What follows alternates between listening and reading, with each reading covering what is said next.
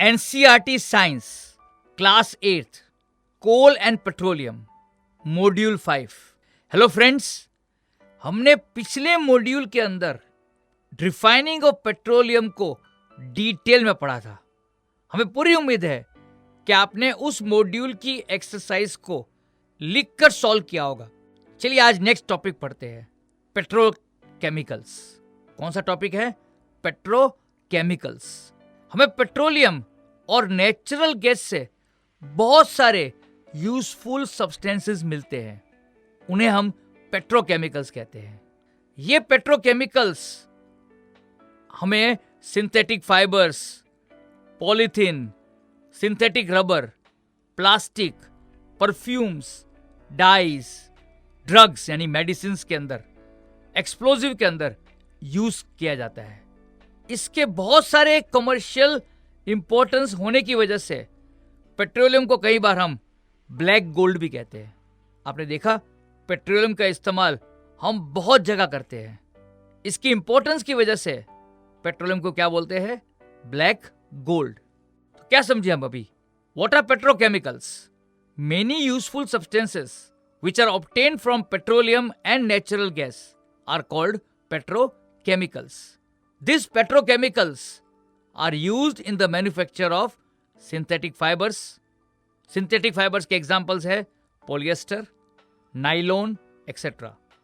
Polythene, synthetic rubber, plastic, perfumes, dyes, drugs that is medicines, explosive, etc. all requires petrochemicals. Due to its greater commercial importance, petroleum is also called black gold. समझ आया? चलिए next topic करते हैं, natural gas. हमने पहले ही पढ़ा था कि दो इम्परवियस रॉक के नीचे हमें पेट्रोलियम मिलता है और पेट्रोलियम के ऊपर नेचुरल गैस मिलता है। तो नेचुरल गैस भी जो है एक इंपॉर्टेंट फॉसिल फ्यूल्स है, जो कि हमें दो इम्परवियस रॉक के बीच में पेट्रोलियम के ऊपर या सिर्फ नेचुरल गैस के रूप में भी मिलती है। What is natural gas? Natural gas is an important fossil fuel. Where is natural gas found? It occurs deep inside the earth between the two layers of impervious rocks, either alone or above the petroleum deposits. India में natural gas कहाँ मिलती है? In India, natural gas has been found in Tripura, Rajasthan, Maharashtra and in the Krishna Godavari Delta. समझ आया आपको? चलिए next topic करते हैं, uses of natural gas. Natural gas के यूजेस हम कहाँ करते हैं? नेचुरल गैस का इस्तेमाल हम कई जगह करते हैं। नेचुरल गैस को हम स्टोर करते हैं under high pressure compressed natural gas के रूप में। कंप्रेस्ड नेचुरल गैस क्या है? सीएनजी। सीएनजी के बारे में सुना ही होगा। तो सीएनजी क्या है? सीएनजी जो है वो नेचुरल गैस है कंप्रेस्ड रूप में, यानी जब नेचुरल गैस को कंप्रेस करते हैं तो ये सीएनजी बन जाती है। और ये सीएनजी का इस्तेमाल हम कहाँ करते हैं? आपको पता है, हम सीएनजी का इस्तेमाल फ्यूल के रूप में मोटर कार्स के अंदर, बसेस के अंदर, ट्रक्स के अंदर करते हैं। सीएनजी जो है वो पेट्रोल से लेस पोल्यूटिंग है।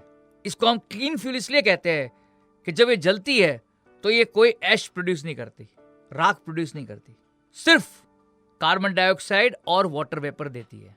तो हम कह सकते हैं कि पेट्रोल से ज़्यादा सीएनजी का इस्तेमाल करना चाहिए।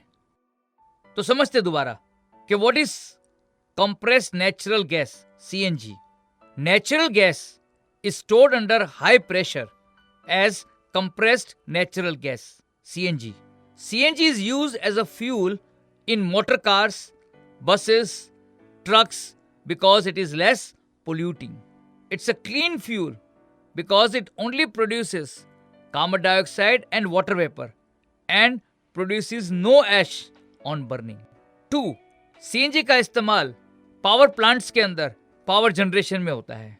CNG is also used for power generation. 3. आपको पता है या आपने सुना होगा कि कई घरों में आजकल एलपीजी ना यूज करके सीएनजी का इस्तेमाल करते हैं। ये सीएनजी आती कैसे है, चलिए इसको समझते हैं। गैस वेल्स जहां सीएनजी बनाई जाती है वहां से घरों और फैक्ट्रियों तक डायरेक्टली पाइपलाइन से पहुंचाई जाती है। ऐसी पाइपलाइंस की नेटवर्क आपको वडोदरा, गुजरात के अंदर, दिल्ली के कुछ पार्ट्स में और कई जगह मिलेंगे। यहां पर लोग एलपीजी के बजाय सीएनजी की पाइपलाइंस लगाना पसंद करते हैं। A great advantage of CNG is that it can be supplied directly from the gas wells to the homes and factories through a network of underground pipelines. Here, CNG can be used directly for burning. Such a network of pipelines exists in Vadodara, in Gujarat, in some parts of Delhi and at few other places. अगर आपके घर के पास अगर ये network की line मिल जाए तो आप भी इंसिस्ट करिए कि आप सीएनजी का इस्तेमाल करिए। 4. सीएनजी का इस्तेमाल स्टार्टिंग मटेरियल के रूप में कई केमिकल्स और फर्टिलाइजर बनाने में काम आता है। Natural gas is used as a starting material for the manufacture of a number of chemicals and fertilisers. 5. Natural gas का इस्तेमाल कार्बन ब्लैक बनाने में काम आता है और कार्बन ब्लैक जो है वो रबर इंडस्ट्रीज में बहुत उपयोगी है स्ट्रेंथ देने के लिए। रबर को मजबूत करने के लिए आपको स्ट्रेंथनिंग एजेंट चाहिए। नेचुरल गैस जो होता है वो कार्बन ब्लैक बनाने में काम आता है और कार्बन ब्लैक जो है एक स्ट्रेंथनिंग एजेंट काम आता है रबर इंडस्ट्री के अंदर। तो क्या समझे आप? Natural gas is used for the manufacturing of what? Carbon black. और कार्बन ब्लैक का इस्तेमाल कहाँ पे होता है? Carbon black is used in rubber industry as a strengthening agent. तो आपको समझ आया कि नेचुरल गैस के कितने सारे फायदे हैं। चलिए नेक्स्ट टॉपिक करते हैं, limitations of fossil fuels. Fossil fuels की लिमिटेशन क्या है? आपको चैप्टर के स्टार्टिंग में पढ़ाया था कि कोल, पेट्रोलियम, नेचुरल गैस ये सब फॉसिल फ्यूल्स है। ये सभी एग्जॉस्टेबल नेचुरल रिसोर्सेज है। इन फॉसिल फ्यूल्स की 2 मेन लिमिटेशंस है। 1, लिमिटेड अवेलेबिलिटी, 2, एयर पोल्यूशन। तो फॉसिल फ्यूल्स की 2 लिमिटेशन कौन कौन सी है? लिमिटेड अवेलेबिलिटी और एयर पोल्यूशन। चलिए इन लिमिटेशंस को हम एक एक करके डिटेल में पढ़ते हैं। लिमिटेड अवेलेबिलिटी, आपको पता है कोल, पेट्रोलियम, नेचुरल गैस ये सभी फॉसिल फ्यूल्स है जिसको बनने में करोड़ों साल लगते हैं। कहां से बनते हैं ये? डेड ऑर्गेनिज्म से। तो पहली इंपॉर्टेंट चीज समझने की है कि ये डेड ऑर्गेनिज्म की कन्वर्जन को फॉसिल फ्यूल में कन्वर्ट करने के लिए करोड़ों साल लगते हैं। ये रिसोर्सेस जल्दी से रिप्लेनिश नहीं होते हैं क्योंकि इसमें जो रिसाइकलिंग होती है वो जल्दी नहीं होती, इसकी रिप्लेसमेंट जल्दी नहीं होती है रीजनेबल टाइम के अंदर। और इन 2 की वजह से, पहली वजह इसको बनने में करोड़ों साल लगते हैं और दूसरा इनकी रिसाइकलिंग जो है वो क्विक नहीं है। तो अगर ये रिसोर्सेज को हम जिस रेट से हम आजकल यूज कर रहे हैं वो इतना फास्ट यूज कर रहे हैं हम इसको, और रिसाइकलिंग इतनी फास्ट नहीं हो रही, जिसकी वजह से फॉसिल फ्यूल्स कुछ साल तक ही चल सकते हैं और आगे जाकर ये एनर्जी क्राइसिस लाने वाली है। तो पहली प्रॉब्लम है कि हमारे पास फॉसिल फ्यूल्स की जो अवेलेबिलिटी है वो अनलिमिटेड नहीं है, बहुत लिमिटेड है। इसलिए पहली लिमिटेशन क्या थी लिमिटेड अवेलेबिलिटी। तो इसको डिटेल में दोबारा समझते हैं। Firstly, it took millions of years for the conversion of dead organisms into fossil fuels. Secondly, these resources cannot replenish themselves by quick recycling and replacement within a reasonable time. So, if these resources are used at the present rate of consumption, the known reserves of these fossil fuels will last only a few hundred years, causing energy crisis. तो हमें सावधानी से इन fossil fuels का इस्तेमाल करना चाहिए, unnecessary waste नहीं करना चाहिए। और दूसरी लिमिटेशन क्या है? Air pollution. फॉसिल फ्यूल्स के जलने से गैसेस निकल रही है, carbon dioxide, carbon monoxide, sulphur dioxide, smoke. ये सभी गैसियस प्रोडक्ट्स और स्मोक क्या कॉज करती है? Air pollution. और एयर पोल्यूशन हमारे लिए बहुत ही खतरनाक है। रेस्पिरेटरी प्रॉब्लम हो जाती है ह्यूमन बींग्स के अंदर इस एयर पोल्यूशन की वजह से। कई बार एयर पोल्यूशन की वजह से सफोकेशन भी हो सकती है और कई बार डेथ भी हो सकती है। हम इस एयर पोल्यूशन चैप्टर को डिटेल में पढ़ेंगे इसी क्लास के अंदर, चैप्टर 18 में।